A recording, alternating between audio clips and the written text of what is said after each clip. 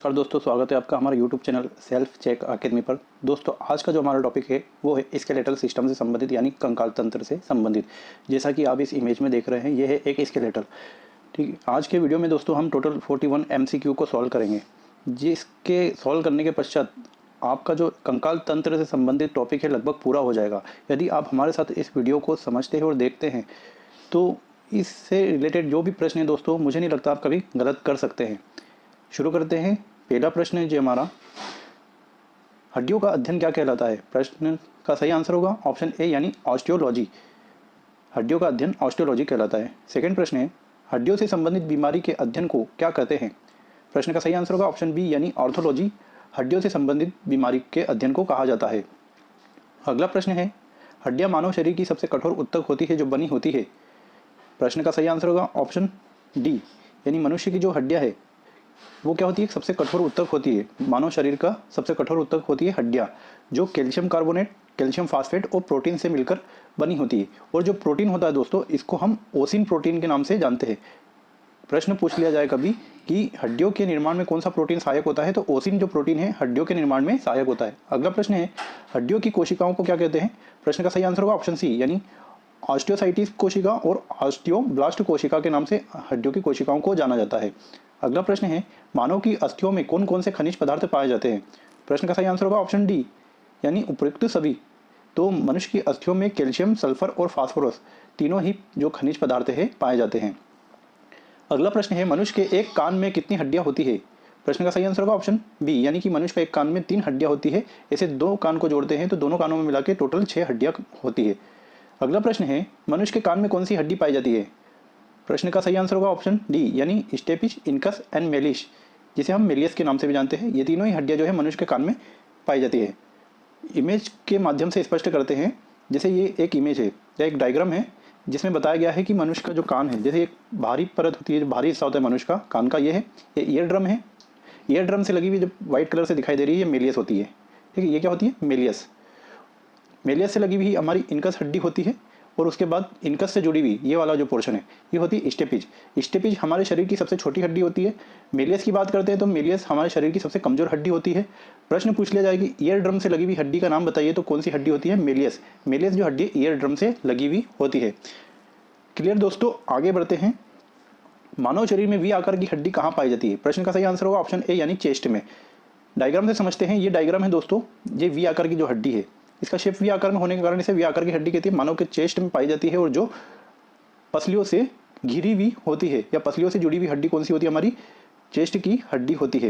ये जो वो, और ये वही हड्डियां है जो पसलियों की बात करते हैं हम कि मानव शरीर में टोटल जो 12 जोड़ी पसलियां है, ये 12 जोड़ी पसलियां है। टोटल बात करते हैं टोटल 24 पसलियां है। ठीक है, और इस जो वी आकार की हड्डी है दोस्तों, इसको हम स्टेनम के नाम से जानते हैं, जो आगे के प्रश्न में हम क्लियर करेंगे। जैसा प्रश्न है, मनुष्य के चेस्ट में उपस्थित अस्थि का नाम क्या है? तो स्टर्नम है। क्या है? मनुष्य की चेस्ट में जो अस्थि होती है वी आकार की, जो काई से लगी हुई होती है, पसलियों से लगी हुई या जुड़ी हुई होती है, उसे हम स्टर्नम के नाम से जानते हैं। अगला प्रश्न है, मनुष्य के गले में उपस्थित अस्थि का नाम क्या है? तो जो मनुष्य के गले में हड्डी होती है उसे हम हायोड के नाम से जानते हैं। प्रश्न का सही आंसर होगा ऑप्शन बी। डायग्राम से समझते हैं। ये डायग्राम है, ये जो हड्डी है मनुष्य के गले में दिखाई दे रही है, ये है हायोड, जिसे अलग से इंडिकेट करके यहाँ पे स्पष्ट रूप से बताया गया है। ठीक है, आगे बढ़ते हैं। मनुष्य में पसलियों की संख्या कितनी होती है? प्रश्न का सही आंसर होगा ऑप्शन बी यानी संख्या की बात हुई तो 24 पसलियां होती है। और यदि प्रश्न पूछा जाता है कि मनुष्य में पसलियां की कितनी जोड़ी होती है, तो 12 जोड़ी होती है। आगे देखते हैं। अगला प्रश्न हमारा, मनुष्य की खोपड़ी में अस्थियों की कुल संख्या कितनी होती है? प्रश्न का सही आंसर होगा ऑप्शन ए यानी मनुष्य की जो खोपड़ी है उसमें टोटल हड्डियों की संख्या 8 होती है। अगला प्रश्न है, मनुष्य के चेहरे में अस्थियों की संख्या कितनी होती है? प्रश्न का सही आंसर होगा ऑप्शन सी यानी मनुष्य का जो चेहरा है उसमें टोटल अस्थियों की संख्या या हड्डियों की संख्या टोटल कितनी होती है? 14 होती है। अगला प्रश्न है, मनुष्य के एक हाथ में हड्डियों की कुल संख्या कितनी होती है? तो जो मनुष्य का एक साइड का हाथ है उसमें हड्डियों की टोटल जो संख्या होती है 32 होती है। इसी प्रकार दोनों हाथों के काउंट करेंगे तो दोनों हाथों की कितनी हो जाएगी? 64, यानी मनुष्य के दोनों हाथों को मिलाकर हड्डियों की संख्या होती है 64। अगला प्रश्न है, मानव हाथ की ऊपरी भुजा क्या कहलाती है, या मानव हाथ की जो ऊपरी भुजा है उसका नाम क्या है? तो सही आंसर होगा ऑप्शन ए यानी ह्यूमरस। जिसे हम डायग्राम से समझते हैं, ये मानव हाथ है। ठीक है, मानव हाथ में ये जो ऊपर वाली हड्डी है इसे कहते हैं ह्यूमरस। इसके बाद की जो हड्डियां है नीचे वाली, ये वाली, इसे कहते हैं अल्ना, और एक और होती है रेडियो। आगे देखते हैं। अगला प्रश्न है हमारा, मानव शरीर में ब्यूटी बोन नाम से कौन सी हड्डियां जानी जाती है? प्रश्न का सही आंसर होगा ऑप्शन सी यानी स्केपुला और क्लेविकल। ये डायग्राम दिखाई दे रहा है दोस्तों, तो ये ग्रीन कलर की जो हड्डी दिखाई दे रही है, शोल्डर की हड्डी है जो, ये शोल्डर वाली हड्डी आगे वाली क्लेविकल के नाम से जानी जाती है, और स्कैपुला जस्ट इसके पीछे फ्लैट जो हड्डी होती है, ठीक है, एक परत जैसी हड्डी होती है, तो उसे कहते हैं स्कैपुला।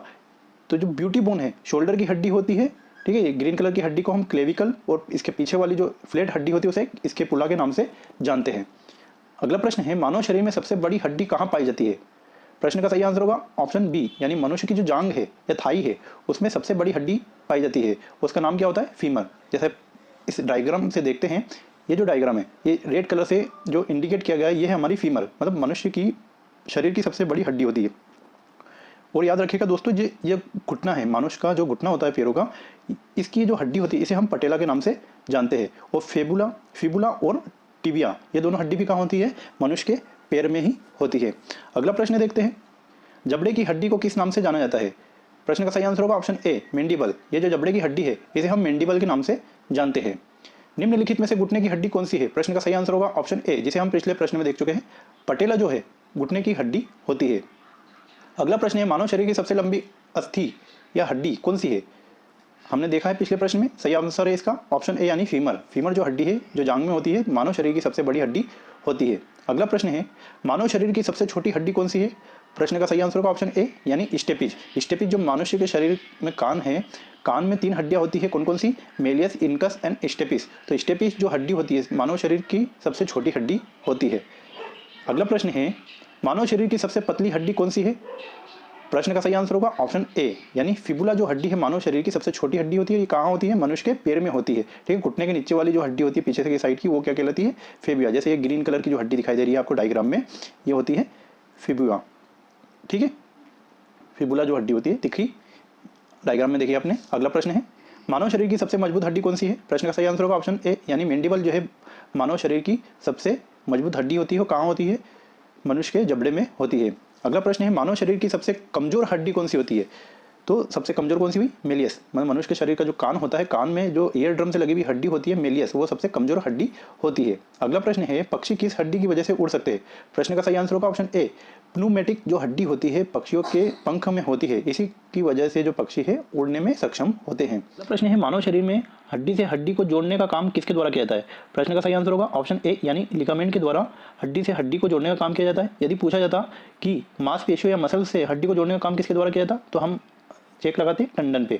डायग्राम से समझते हैं, जैसे डायग्राम दिया दोस्तों, ये जो दे रखा है वाला पार्ट, ठीक है, ये है लिगामेंट। लिगामेंट क्या कर रहा है? हड्डी को हड्डी से जोड़ रहा है, मतलब ऊपर फीमर है, नीचे क्या है? टिबिया। ये दोनों हड्डी को आपस में जोड़ रहा है, ठीक है।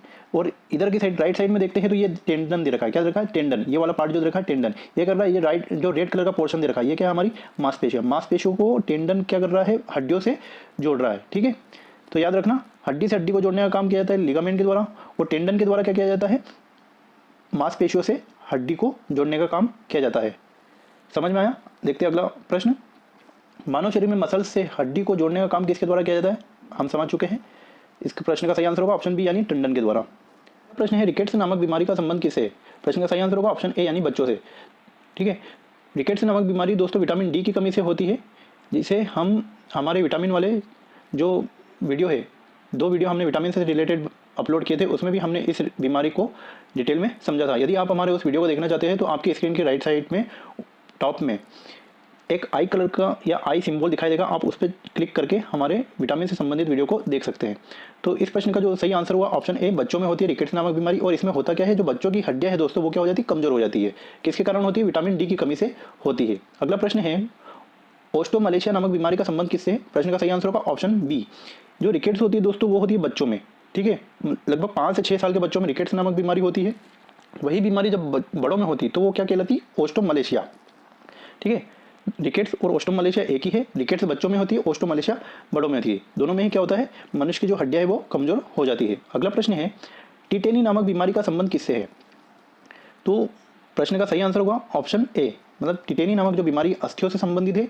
और इसमें होता क्या है? मनुष्य की जो हड्डियां है वो क्या हो जाती है? पतली हो जाती है। क्यों होती है? कैल्शियम और विटामिन डी की कमी से ये टिटेनी नामक बीमारी होती है, जिसमें मनुष्य की हड्डियां जो है पतली हो जाती है। अगला प्रश्न है, कैल्शियम की कमी से मनुष्य की अस्थियों में होने वाली बीमारी ऑस्टियोपोरोसिस में क्या होता है? प्रश्न का सही आंसर होगा ऑप्शन सी, यानी अस्थियों में छेद हो जाते हैं। तो अस्थियों में छेद होना किस कारण से होता है? कैल्शियम के कारण से होता है और उस बीमारी को हम ऑस्टियोपोरोसिस बीमारी के नाम से जानते हैं।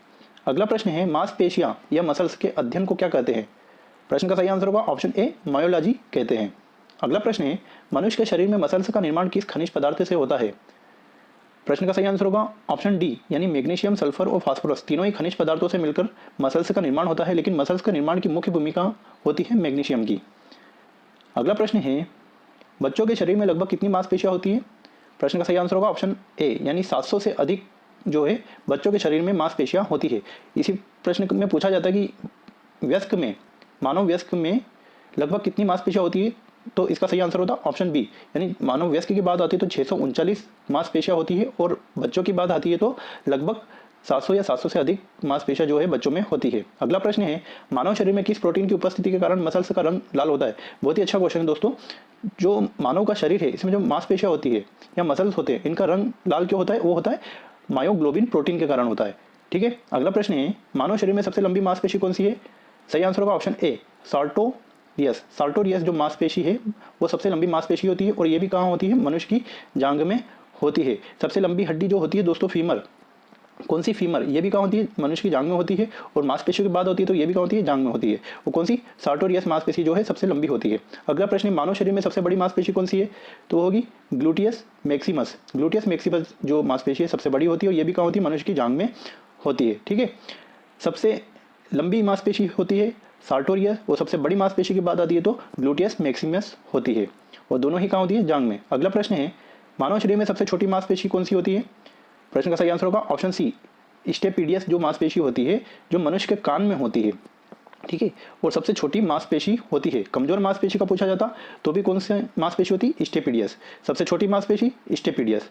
ठीक है, अगला प्रश्न है मानव शरीर में सबसे कमजोर मांसपेशी, देखा हमने ऑप्शन सी सही होगा, मतलब स्टेपिडियस जो है सबसे कमजोर मांसपेशी होती है, मनुष्य के कान में होती है। अगला प्रश्न है मानव शरीर में सबसे मजबूत मांसपेशी कौन सी है? प्रश्न का सही आंसर होगा ऑप्शन डी यानी कि मेसेस्टर नामक जो मांसपेशी है वो सबसे मजबूत मांसपेशी होती है। वीडियो का आखिरी जो प्रश्न है वो है मानव शरीर का लगभग 50% भार किसकी उपस्थिति के कारण होता है? तो प्रश्न का सही आंसर होगा ऑप्शन बी, मतलब मनुष्य का जो भार है शरीर का वो लगभग 50% मसल्स या मांसपेशियों के कारण ही होता है। तो दोस्तों आज का हमारा टॉपिक यहीं खत्म होता है। आपको हमारा वीडियो जरूर पसंद आया होगा, उम्मीद करते हैं। अच्छा लगा तो लाइक जरूर करिएगा। ठीक है, मिलते हैं अगले वीडियो में, तब तक के लिए जय हिंद जय